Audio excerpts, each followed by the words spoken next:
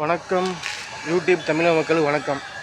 ஜனநாயகன் ஜனவரி 9 release ஆகிற மாதிரி இருந்துச்சு. திருச்சியில் மாரிசிலாவுக்கு சோனாமினாவில் மட்டும்தான் புக்கிங் ஆயிருந்துச்சு. மற்ற தேட்டரில் ஓப்பன் பண்ணவே இல்லை.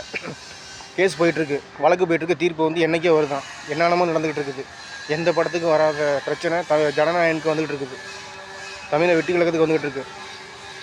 யாரால்? தீய சக்தியால், கெட்டதால், பாவத்தால், குற்றத்தால். தீய சக்தி எங்களுக்கு தேவை கிடையாது. தீய சக்தியால் உணவு, தண்ணி, உடை, சொந்த வீடு எதுவுமே கிடைக்காது.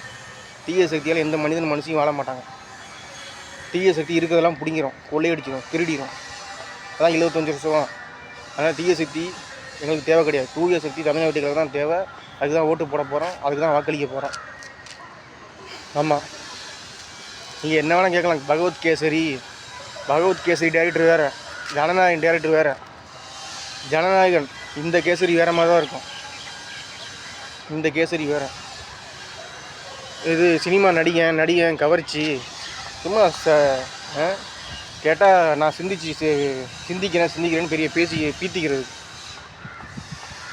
நடிகர் தளபதி விஜய் வந்து நடிகர் எம்ஜிஆர் நடிகர் தானே. என்னதான் சிந்திக்கிறீங்க?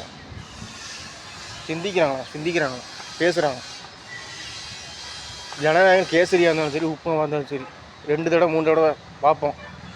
தமிழ் வீட்டுகளுக்கு தான் ஓட்டு போடுவோம், வாக்களிப்போம். சுய புத்தி, சொல் புத்தி. அடுத்தவங்க சொல்கிறதெல்லாம் காலில் வாங்குற அதெல்லாம் முடியாது. நல்லதை மட்டும் தான் காதில் வாங்குவோம், நல்லதை மட்டும் தான் பார்ப்போம், நல்லதுக்கு மட்டும் தான் ஓட்டு போடுவோம். தமிழை வெட்டி கழகம் ஜெயிக்கும்.